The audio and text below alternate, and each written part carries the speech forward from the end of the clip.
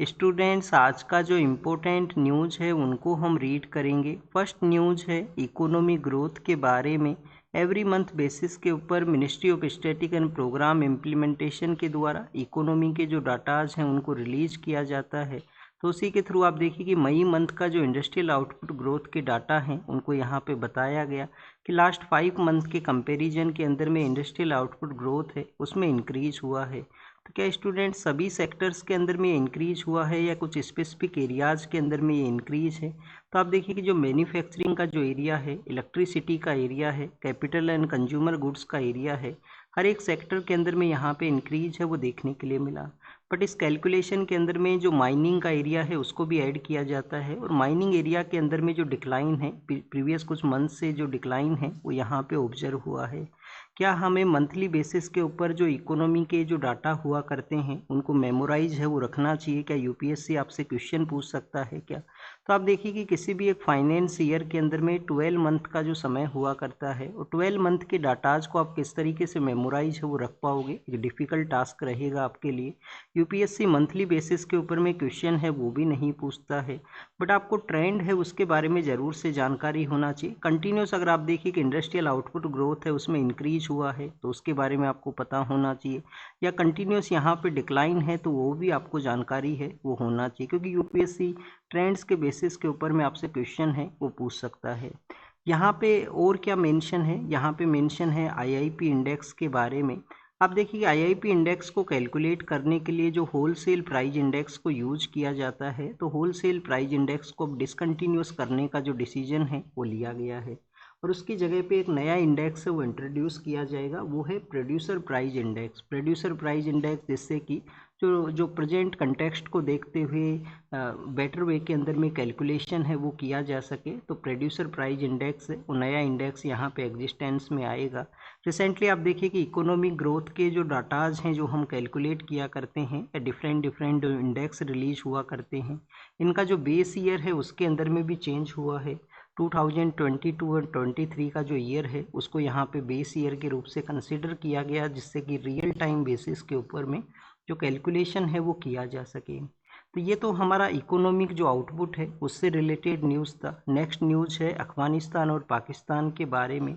Recently हमने read किया था कि पाकिस्तान का जो कराची नाम का जो सिटी है वहाँ पे आप देखें कि बॉम्बिंग हुआ था और कुछ पर्सनस का वहाँ पे कैजुअलिटी है वो भी रहा था। उसके बाद में पाकिस्तान के द्वारा इंडिया के अगेंस्ट में एलिगेशंस लगाए गए, जिसको कि हमारा जो मिनिस्ट्री ऑफ एक्सटर्नल अफेयर है उन्होंने डिनाई किया था कि हमारा किसी तरीके से इन्वॉल्वमेंट है वो वहाँ पे नहीं है। और जो बलूचिस्तान लिबरेशन आर्मी है, बीएलए नाम का जो वहाँ पे विंग एग्जिस्ट करता है, उन्होंने आप देखिए कि रिस्पॉन्सिबिलिटी भी लिया है उस बॉम्बिंग का वहाँ पे। तो उसी के बाद में पाकिस्तान के द्वारा अफगानिस्तान का जो बॉर्डर एरिया है या इनसाइड द अफगानिस्तान के एरिया के वहाँ पे जो एंटी पाकिस्तान सेंटीमेंट को रखने वाले जो ग्रुप्स हैं, जो यहाँ पे जो पर्सनस हैं, उनको टारगेट करते हुए किलिंग है वो किया गया है। अभी पिछले काफ़ी समय से अफगानिस्तान और पाकिस्तान का कन्फ्लिक्ट है वो न्यूज़ के अंदर में है, क्योंकि 2021 के समय अफगानिस्तान के वहाँ पे तालिबान के द्वारा पावर को टेक ओवर किया गया। और पाकिस्तान के अंदर में भी आप देखिए कि जो तालिबान का जो आइडियोलॉजी है, इनिशियली तो तालिबान को सपोर्ट पाकिस्तान भी प्रोवाइड करता था, पर जैसे ही तालिबान ने वहाँ पे पावर को टेक ओवर किया और उसी आइडियोलॉजी को फॉलो करने वाले कुछ जो ऑर्गेनाइजेशंस हैं, उनको लगा कि जिस तरीके से तालिबान ने एक हार्डवर्क किया लास्ट 20 ईयर्स का उनका जो स्ट्रगल रहा यूएस के अगेंस्ट में, उसी तरीके से वो भी अपना आइडियोलॉजी को अगर प्रमोट करें तो कभी ना कभी वो पावर को टेक ओवर कर सकते हैं पाकिस्तान के वहाँ पे। तो कुछ वहाँ पे ऐसे ऑर्गेनाइजेशन बने हैं, जैसे कि एक टीएलपी है, तहरीक लब्बैक पाकिस्तान, तहरीक जो टीटीपी नाम से भी एक ऑर्गेनाइजेशन है वो वहाँ पे एग्जिस्ट करता है। तो ये वो ऑर्गेनाइजेशन है जो तालिबान का जो आइडियोलॉजी है उसको फॉलो किया करते हैं। अभी जब मार्च के मंथ के समय में इनके बिटवीन के अंदर में कन्फ्लिक्ट था, तो उसको भी आप देखिए कि चाइना के द्वारा रिजोल्व है वो करवाया गया था। चाइना ने एक एक्टिव रोल प्ले किया था अफगानिस्तान और पाकिस्तान के कन्फ्लिक्ट को रिजोल्व करने के लिए। तो चाइना का जो जो वहाँ पे कन्फ्लिक्ट को रिजोल्व करने का जो आप देखिए कि जो एक्टिविटी है, जो पार्टिसिपेशन है, उसके ऊपर भी क्वेश्चन है वो रेज करता है कि कंटिन्यूस किस तरीके से वहाँ पे मीडिएशन का रोल उनके द्वारा प्ले करने के बाद में भी बहुत कंट्रीज हैं वो कन्फ्लिक्ट के अंदर में हैं। नेक्स्ट अगर हम रीड करें तो स्टूडेंट्स यहाँ पे यमुना का जो वाटर है उसके शेयरिंग के बारे में है। कुछ दिनों पहले हमने तुंगभद्रा के बारे में रीड किया था कि तुंगभद्रा के वहाँ पे कर्नाटका, आंध्र प्रदेश और तेलंगाना है, उन्होंने कैसे वाटर शेयरिंग को कैरी आउट किया है, कैसे वहाँ पे जो सिल्ट वहाँ पे जमा होती है उसको डीसिल्ट करने का जो इनिशिएटिव लिया गया है हमारे जो मिनिस्टर ऑफ जल शक्ति हैं उनका लीडरशिप के अंदर में। तो उसी तरीके से एक सक्सेसफुल कोऑपरेशन का, एक इंटर स्टेट वाटर कोऑपरेशन का जो यहाँ पे एग्रीमेंट है वो एग्जिस्टेंस में आया है, जिसमें यमुना का जो पानी है जो कि 1994 के समय एमओयू है वो एग्जिस्ट करता है। और 1994 के उस एमओयू के अंदर में आप देखिए कि हिमाचल प्रदेश है, हिमाचल प्रदेश के अलावा वहाँ पे जो पार्टी है वो हरियाणा है, राजस्थान भी है और उसके बाद में उत्तराखंड को भी वहाँ पे इंक्लूड किया गया था एज ए पार्टी के रूप से उस वाटर शेयरिंग के रिगार्डिंग में। जब भी हम वाटर शेयरिंग के बारे में रीड करते हैं तो इंटर स्टेट जो वाटर डिस्प्यूट्स हैं उनको डील किया जाता है आर्टिकल 262 के थ्रू, और इसी के थ्रू आप देखिए कि काफ़ी बार जो ट्राइब्यूनल्स हैं उनको भी कॉन्स्टिट्यूट किया जाता है गवर्नमेंट के द्वारा कि ट्राइब्यूनल्स को कॉन्स्टिट्यूट किया जाए, तो ट्राइब्यूनल वहाँ पे कोई भी कन्फ्लिक्ट है वाटर शेयरिंग का उसको रिजोल्व कर सके। अभी वाटर शेयरिंग का जो कन्फ्लिक्ट है वो क्यों देखने के लिए मिलते हैं हमारे कंट्री में? एक तो आप देखिए कि जो रिवर्स हैं एक स्टेट से दूसरे स्टेट के अंदर में फ्लो करती हैं, क्योंकि रिवर्स का तो कोई वहाँ पे ज्योग्राफी है नहीं, उनको तो अपना जो पैटर्न है उसी को फॉलो करना है। नेक्स्ट आप देखिए कि समय के साथ में इंडस्ट्रियल ग्रोथ का जो डिमांड है कि हर एक स्टेट है जो इंडस्ट्रियल एरियाज़ के अंदर में इम्प्रूवमेंट करे, और वाटर का जो रिक्वायरमेंट है वो एग्रीकल्चर के अलावा इंडस्ट्रियल एरियाज़ को भी है, तो इस वजह से वाटर का जो डिमांड है वो इंक्रीज हुआ है। सेकंड, अगर हम देखें स्टूडेंट्स, पॉपुलेशन का भी राइज करना, टू मच प्रेशर होना वाटर की डिमांड के रिगार्डिंग में, तो ये भी यहाँ पे एक रीजन है वो एग्जिस्ट करता है, जिसकी वजह से आपको इंटर स्टेट वाटर डिस्प्यूट्स के जो न्यूज़ हैं वो ज़्यादा नंबर्स के अंदर में मिलेगा। नेक्स्ट अगर हम रीड करें बार काउंसिल ऑफ इंडिया के बारे में नहीं है, फैजाबाद नाम का जो डिस्ट्रिक्ट है, डिस्ट्रिक्ट का नाम तो अयोध्या है प्रेजेंट समय के अंदर में, बट पहले आप देखिए कि उस डिस्ट्रिक्ट का नाम है वो फैजाबाद हुआ करता था। तो राम टेम्पल डोनेशन का जो ये केस है उसके अंदर में फैजाबाद का जो बार एसोसिएशन है उन्होंने एक स्टेटमेंट को रिलीज़ किया है कि किसी भी लॉयर के द्वारा जो अक्यूज्ड पर्सन है उस डोनेशन केस के अंदर में जो अक्यूज्ड पर्सन है उनको रिप्रेजेंट है वो नहीं किया जाएगा। तो ये यहाँ पे एक बेसिक इन्फॉर्मेशन है। अब इससे रिलेटेड आपको क्या पता होना चाहिए? एक्सेसिबिलिटी ऑफ जस्टिस के बारे में पता होना चाहिए, जो कि डीपीएसपी के अंडर में मेंशन है कि हर एक पर्सन जो किसी भी इकोनॉमिकल बैकग्राउंड से बिलोंग करता हो उसको आप देखिए कि डीपीएसपी के थ्रू जस्टिस का जो एक्सेसिबिलिटी है उसके बारे में मेंशन है वो करता है। नेक्स्ट यहाँ पे जब भी आप देखिए कि कोई लॉयर नहीं मिलता है किसी पर्सन को, तो गवर्नमेंट के द्वारा भी लॉयर है वो प्रोवाइड किया जाता है। इस तरीके से भी यहाँ पे आप देखिए कि जो प्रोविज़न है वो एग्जिस्ट करता है। पर्सन के द्वारा अगर पर्सन अवेयर है तो खुद भी अपना केस है वो लड़ सकता है। तो ये तो हमारा जुडिशल प्रोसेस के बारे में हुआ। राम टेम्पल के बारे में ऑलरेडी हम रीड कर चुके हैं, उसके जो फीचर्स हैं, उसका जो कंस्ट्रक्शन है कि बंसी पहाड़पुर नाम का जो प्लेस है राजस्थान में जहाँ से उसके पत्थर को लाया गया था उससे उसको बनाया गया है। मैसूर का जो ब्लैक ग्रेनाइट है उससे आप देखिए कि स्टैचू है उसका वहाँ पे मैन्युफैक्चरिंग हुआ है।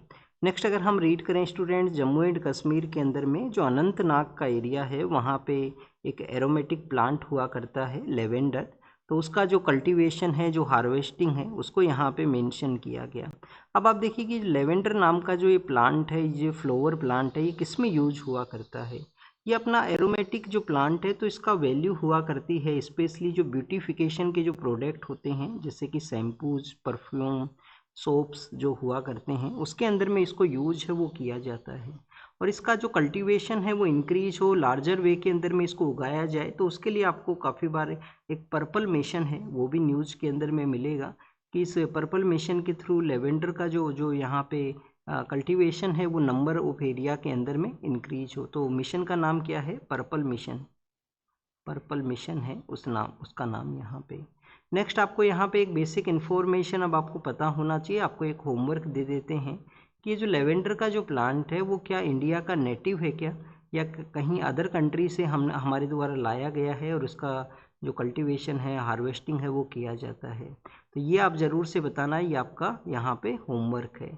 नेक्स्ट आप देखिए कि जो पेट्रोल एंड डीजल के ऊपर में जो उसके सेल के रिगार्डिंग में जो लिमिटेशंस लगाए गए थे, गवर्नमेंट ने उन सभी लिमिटेशंस को यहाँ पे रिमूव किया है। वेस्ट एशिया में आप देखिए कि कन्फ्लिक्ट तो लार्जर वे के अंदर में रिजोल्व हो चुका है, बट फिर से वहाँ पे एक दूसरे के अगेंस्ट में जो स्ट्राइक्स हैं वो देखने के लिए मिला था। यूएस के द्वारा स्ट्राइक किया गया, ईरान ने आप देखिए कि वहाँ पे कुवैत, बहरीन और यूएस के जो बेसेज हैं उनको टारगेट करते हुए वहाँ पे अटैक है वो किया था।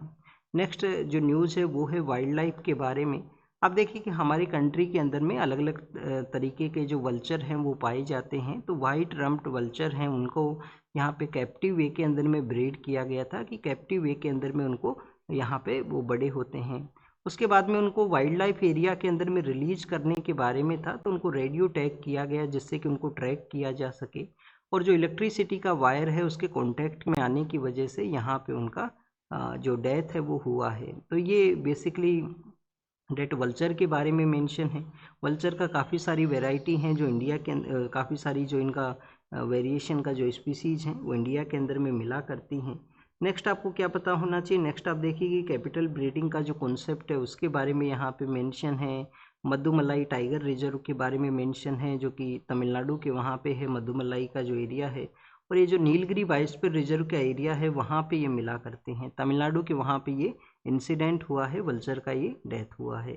नेक्स्ट आप देखिए कि वेस्ट एशिया के ही बारे में मेंशन किया गया कि वेस्ट एशिया के वहाँ पे जो एक दूसरे के अगेंस्ट में स्ट्राइक्स किए गए थे, अब स्ट्राइक्स तो नहीं किए गए हैं बट जो टॉक करने का जो वहाँ पे एग्रीमेंट हुआ था उसके लिए कंटिन्यूस डिसएग्री हैं, जो पार्टीज़ हैं वो कंटिन्यूस डिसएग्री हैं। वेस्ट बंगाल के द्वारा यूनिफॉर्म सिविल कोड है वो लाया जा सकता है। हमारा डीपीएसपी का जो आर्टिकल 44 है वो आप देखिए कि मेंशन भी करता है, एम्पावर भी करता है स्टेट्स को कि उनके द्वारा जो यूनिफॉर्म सिविल कोड है उसको एग्जिस्टेंस में लाया जा सकता है।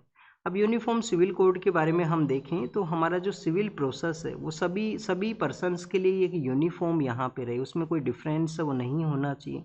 आप देखिए कि गोवा हमारे यहाँ पे एक स्टेट है, गोवा जो स्टेट है, जो स्टेटहुड तो इसको 1987 के अंदर में मिला था, बट वहाँ पे पोर्तुगीज का रूल हुआ करता था। तो पोर्तुगीज के एरा के समय का ही एक जो यूनिफॉर्म सिविल कोड है वो वहाँ पे एग्जिस्ट करता है। फिर लास्ट ईयर या उससे पहले आप देखिए कि उत्तराखंड के द्वारा भी लाया गया था, उत्तराखंड ने भी यूनिफॉर्म सिविल कोड है उसको एग्जिस्टेंस में लाया, पर उत्तराखंड का वो जो कोड है वो सभी सेक्शन के ऊपर में अप्लाई नहीं होता है। जो ट्राइबल कम्युनिटी वहाँ पे रहा करती है उत्तराखंड के अंदर में उनके ऊपर वो अप्लाई है वो नहीं होगा। ऐसा ही वेस्ट बंगाल के वहाँ पे किया जाएगा कि ट्राइबल कम्युनिटी का आप देखिए कि जो कल्चर है, जो कस्टम है वो कम्प्लीटली डिफरेंट होता है। वहाँ पे तो आप देखिए कि जो सोसाइटल जो जो डोमिनेशन है वो मदर का भी आपको मिलेगा, मेट्रियार्कल सोसाइटी भी वहाँ पे हुआ करती है। वहाँ पे आपको देखने के लिए मिलेगा कि मेट्रियार्कल सोसाइटी के अलावा जो कल्चर एंड ओपन मैरिज का भी कॉन्सेप्ट हुआ करता है। वहाँ पे ओपन ट्राइबल सोसाइटी आपको काफ़ी silent and that open society है वो मिला करती है। तो आप देखिए किसी वजह से उनको यूनिफॉर्म सिविल कोड के अंदर में नहीं इंक्लूड किया जाता है, जैसे उत्तराखंड के वहाँ पे नहीं किया गया था। नेक्स्ट यहाँ पे ऑपरेशन सिंदूर के बारे में है कि गवर्नमेंट ने 1 ईयर के बाद में आप देखिए कि जो पर्सन हैं जिन्होंने उस ऑपरेशन के दौरान में अपना लाइफ का सेक्रीफाइस किया था, लाइफ को लेट डाउन किया था, उनके नेम्स को यहाँ पे रिलीज है वो किया गया है। डिले वे के अंदर में उनको आप देखिए कि ऑनर किया गया, पब्लिक डोमेन के अंदर में उनके नाम आए हैं। तो ऑपरेशन के दौरान में किसी भी मिलिट्री ऑपरेशन हो या कोई पुलिस फोर्स का भी आप देखिए कि ऑपरेशन हो तो उस दौरान में जो सीक्रेसी है उसको रखा जाता है कि ऑपरेशन का जो एफिशिएंसी है वो इम्पैक्ट ना हो।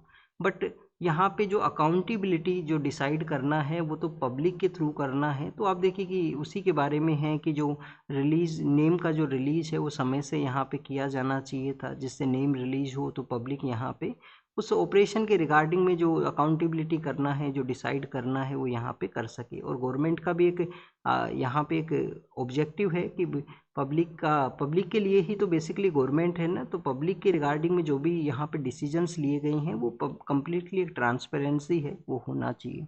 फिर आप देखिए कि ड्रग का जो जो यहाँ पे इशू है उसके बारे में मेंशन है कि कैसे ईस्टर्न पार्ट ऑफ इंडिया के अंदर में जो म्यांमार के साथ में बॉर्डर शेयर करता है और अफगानिस्तान, पाकिस्तान, ईरान का जो वेस्टर्न पार्ट का एरिया है हमारे यहाँ पे, ये ऐसे बेसिकली 2 एरियाज हैं जो कि हमारे ड्रग के लिए हमारे लिए इश्यूज हैं वो क्रिएट करते हैं। उन एरिया से ड्रग का जो सप्लाई है इलीगल वे के अंदर में हुआ करता है। ईस्टर्न पार्ट के अंदर में म्यांमार के अलावा आप देखिए कि थाईलैंड एंड लाओस के भी एरिया हैं जहाँ से भी सप्लाई है वो हुआ करता है। और इन बोथ एरियाज़ को golden crescent and golden triangle के नाम से जाना करते थे, जिसको मिनिस्ट्री ऑफ होम अफेयर्स ने death crescent and death triangle का जो नेमिंग है वो किया गया था। अब यहाँ तो ये आप देखिए कि ड्रग के बारे में हुआ। अल्टीमेट यहाँ पे इसका जो इस आर्टिकल है उसका अल्टीमेट जो ऑब्जेक्टिव क्या बताया गया है, तो इंडिया को ये जो हार्म ड्रग्स हैं, ड्रग अब्यूज़ हैं, उसके ऊपर में जो रिडक्शन है उसको एक प्रायोरिटी बेसिस के ऊपर में कैरी आउट करने का ज़रूरत है। और आप देखिए कि ड्रग ट्रैफिकिंग के जो केसेज हैं जिसकी वजह से एडिक्टेड जो पर्सन हैं उनके नंबर्स इंक्रीज हुए हैं। यूथ का जो एडिक्शन है वो कैसे इम्पैक्ट करता है, स्पेशली जो रूरल एंड आइसोलेटेड एरियाज़ हैं। इसके अलावा स्टूडेंट्स यहाँ पे जो डार्क नेट को जो जो यहाँ पे डार्क नेट का एरिया है, जो क्रिप्टो करेंसी का एरिया है, उनको भी यहाँ पे कैसे यूज है वो किया जाता है। तो होल एज ए सोसाइटी के रूप से हमें इसको अप्रोच करना है। पब्लिक हेल्थ और अदर जो सोशल डायमेंशन है उनको भी कंसीडर करते हुए, जैसे कि इस मिनांस से इस प्रॉब्लम है उसको हम यहाँ पे डील कर सकें। गवर्नमेंट ने नशा मुक्त भारत अभियान है, इस तरीके से इनिशिएटिव्स चलाए हैं जिसके थ्रू यहाँ पे इसको लोगों तक एक अवेयरनेस को इंक्रीज है वो किया जा सके और इसका इम्पैक्ट है वो यहाँ पे डिक्लाइन हो। नेक्स्ट आप देखिए कि फूड का जो सेक्टर है उसके बारे में है कि पिछले कुछ समय से फूड सेक्टर के जो जैसे फूड पॉइजनिंग के जो केसेज हैं वो यहाँ पे इंक्रीज हुए हैं। जैसे अभी महाराष्ट्र के वहाँ पे एक इंक्रीज हुआ था जिसमें 200 के आसपास लोग हैं उससे इम्पेक्टेड हुए थे। हमारे यहाँ पे food safety and standard act है जो एग्जिस्ट करता है और उसी एक्ट के थ्रू FSSAI नाम का जो इंस्टीट्यूशन है उसको सेटअप किया गया था। अब FSSAI का जो अल्टीमेट जो यहाँ पे जो ऑब्जेक्टिव है वो यही है कि फूड सेफ्टी जो लॉज हैं उनको यहाँ पे रेगुलेट करना है। फूड के रिगार्डिंग में कोई वहाँ पे माल प्रैक्टिस है वो नहीं होना चाहिए। बट आप देखिए कि FSSAI भी यहाँ पे जो पैकेज फूड है उसके ऊपर में तो काफ़ी ज़्यादा वर्क किया जाता है इनके द्वारा। बट हमारे यहाँ पे जो स्ट्रीट फूड है, स्ट्रीट फूड भी वन काइंड ऑफ इश्यू है जिसके ऊपर में किसी तरीके का रेगुलेशन नहीं है, किस तरीके से वहाँ पे प्रैक्टिस हुआ करती है। अब इनको कैसे डील किया जाए। FSSAI का जो यहाँ पे जो नंबर ऑफ वैकेंसी हैं उनको यहाँ पे इंक्रीज किया जाए जिससे कि बेटर रेगुलेशन हो सके। फूड बॉर्न डिजीज़ का जो हमारा हेल्थ के ऊपर जो इम्पैक्ट था वो 2000 के समय से डिक्लाइनिंग सिचुएशन के अंदर में है। बट स्टिल आप देखिए कि ज़रूरत है हमें यहाँ पे इन एरियाज़ को डील किया जा सके, इन एरियाज़ में हम बेटर रिजल्ट्स हैं वो गेन कर सकें। नेक्स्ट अगर हम रीड करें CBSE का जो 3 लैंग्वेज पॉलिसी है जिसमें यहाँ पे रिलैक्सेशन दिया गया है कि 2 लैंग्वेज जो नेटिव यहाँ पे यूज करना था तो उसके बारे में है। एक बेटर रहेगा ये जो डिसीजन है, बेटर रिजल्ट्स है वो यहाँ पे प्रोड्यूस है वो करेगा, तो उसी के बारे में मेंशन किया गया जो हम पहले भी रीड हैं वो कर चुके हैं। फिर आप देखिए कि सेंटर ने अनवील किया है जो DRDO का जो रिसर्च प्रोजेक्ट है उनको यहाँ पे स्पीड अप करने के लिए अपना जो प्रोजेक्ट है उसको अनवील है वो किया गया। रिसर्च के बारे में जब भी मेंशन होता है एक आपको यहाँ पे बेसिक इन्फॉर्मेशन ये होना चाहिए, हमारा जिस तरीके से रिसर्च के अंदर में जो फंडिंग होना चाहिए वो फंडिंग हम यहाँ पे नहीं कर सके हैं। चाहे वो किसी भी एरिया का जो रिसर्च का एरिया हो, चाहे वो डिफेंस का हो, चाहे हमारे साइंस एंड टेक्नोलॉजी से रिलेटेड हो। डिफेंस के अंदर में पॉजिटिव क्या रहा है कि आत्मनिर्भर भारत का जो विजन है हमारा कि हमें सेल्फ रिलायंस को अचीव करना है, उसके थ्रू हमारा जो डिफेंस प्रोडक्शन है वो ज़रूर से यहाँ पे इंक्रीज हुआ है पिछले कुछ समय के अंदर में। फिर आप देखिए कि इलेक्ट्रिकल व्हीकल्स के रिगार्डिंग में जो दिल्ली के वहाँ पे जो डिसीजन लिया गया है कि 2028 के समय से जो 2 व्हीलर्स हैं उनका प्रेजेंस वो रहेगा इलेक्ट्रिकल व्हीकल्स के रूप से। अब यहाँ पे अर्लियर हमने संडे का जो न्यूज़पेपर था उसमें भी दिल्ली का जो इलेक्ट्रिकल व्हीकल्स का जो पॉलिसी है उसके बारे में देखा था। और दिल्ली का जो EV पॉलिसी की वजह से ही आप देखिए कि जो कंट्री के अंदर में लेस देन 8% के आसपास इलेक्ट्रिकल व्हीकल्स का प्रेजेंस है वो दिल्ली के अंदर में 14% के पास में है। तो इस तरीके से उनके परफॉर्मेंस को ये शो करता है। क्या हमारा जो ऑटोमोबाइल का जो सेक्टर है वो प्रिपेयर्ड है क्या इस पॉलिसी को इम्प्लीमेंट करने के लिए, तो उसके बारे में भी यहाँ पे एग्जामिन है वो किया। दिल्ली गवर्नमेंट के द्वारा डिसीजन को ट्रांसफॉर्मेटिव एंड रिवोल्यूशनरी बताया है कि कैसे आने वाले समय के अंदर में जो एयर का जो पोल्यूशन है उसको रिड्यूस करने के अंदर में इस तरीके से हेल्प वो यहाँ पे प्रोवाइड करेगा। तो गवर्नमेंट ने अपने डिसीजन को प्रेज किया है, बजटरी सपोर्ट भी दिया गया है इस डिसीजन को। यहाँ पे 7000 करोड़ का जो बजटरी सपोर्ट है उसका अलोकेशन हुआ है।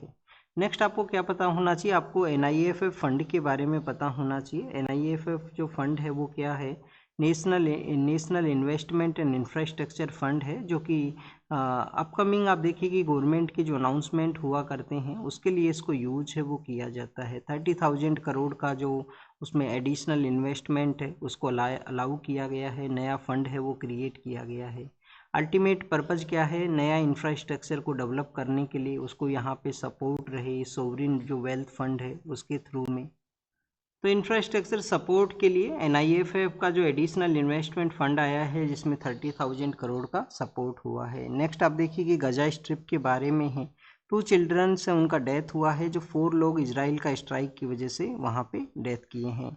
यूरोप के अंदर में हीट वेव का सिचुएशन है, वहाँ का जो कंडीशंस हैं वो हीट के लिए नहीं है, वहाँ का जो इंफ्रास्ट्रक्चर है वो भी हीट के लिए नहीं है। तो वहाँ पे आपने कुछ इमेजेस भी देखी होंगी यूरोप में किस तरीके से जो रेलवे ट्रैक्स हैं, जो वहाँ पे इंफ्रास्ट्रक्चर्स हैं उसमें चेंजेस हैं वो हुआ है। और वाइल्ड फायर का भी वहाँ पे फियर है कि वाइल्ड फायर भी हो सकता है, इस तरीके से जो टेम्परेचर वहाँ पे राइज किया है। यूएस का जो सुप्रीम कोर्ट है उन्होंने रूल किया है ट्रम्प का जो इंडिपेंडेंट एजेंसी हेड्स हैं उनको फायर कर सकते हैं। तो सुप्रीम कोर्ट का रूलिंग वहाँ पे यूएस प्रेसिडेंट के इक्विवेलेंट रहा है, उनका जो डिसीजन है उसको सपोर्टिव है वो रहा है। जर्मनी के अंदर में शूटिंग हुआ है जिसमें कुछ डेथ हैं जो एग्ज़ाम के पर्पज़ से नहीं इम्पोर्टेंट है। नेक्स्ट आप देखिए कि जो न्यूज़ है वो ईरान के बारे में है। ईरान का कुछ फंड है जो कतर के वहाँ पे डिपॉजिट था, अब वो ईरान के लोगों को मिल सकेगा। वो 6 बिलियन का जो फ्रोजन जो फंड है वो यहाँ पे यूके का जो पॉलिटिक्स है उसके बारे में है, नए जो पीएम है उनके बारे में है। एग्ज़ाम के पर्पज़ से ज़्यादा कुछ इम्पोर्टेंट है वो नहीं है। और रसिया के द्वारा आप देखिए कि स्ट्राइक्स हैं वो यहाँ पे किए गए हैं, रशियन जो ड्रोन्स हैं, मिसाइल स्ट्राइक्स हैं, उन सभी के बारे में है। यूक्रेन के वहाँ पे यूक्रेन ने कुछ दिनों पहले क्रीमिया का जो पेनिनसुला है उसके एरिया में अटैक है वो किया था। चाइना ने यहाँ पे जो इम्पोज किया है नए जो एक्सपोर्ट कंट्रोल जो यहाँ पे लॉज हैं उनको इम्प्लीमेंट किया है। 20 जापानीज एंटिटीज़ हैं उनको भी यहाँ पे रेस्ट्रिक्ट वो किया गया। तो आप देखिए कि जो जापान और चाइना का डिफरेंस सामने आया था जब जापान का जो पॉलिटिकल लीडर हैं, वुमेन वहाँ पे जो प्राइम मिनिस्टर हैं, उनका एक स्टेटमेंट रहा था कि जो ताइवान का एरिया है वो कभी जापान के कंट्रोल में होता था। और एक असर्टिव पॉलिसी उनका आया है कि एक डोमिनेंस को वो इंक्रीज करना चाहते हैं ईस्टर्न पार्ट ऑफ जो ईस्टर्न एशिया का जो रीजन है वहाँ पे जापान के द्वारा। तो this is all the information related to the today's newspaper. 30 June का ये न्यूज़पेपर है, कुछ वजह से अपलोड नहीं कर पाए थे 30 जून का डे के दिन वहाँ पे। और इसमें कुछ ऐसे भी आर्टिकल्स हैं जो हमने कल जो 1 जुलाई का जो न्यूज़पेपर जब हम डिस्कस करेंगे तो उसके अंदर में हम यहाँ पे इंक्लूड हैं वो करेंगे। तो thank you students, thank you very much.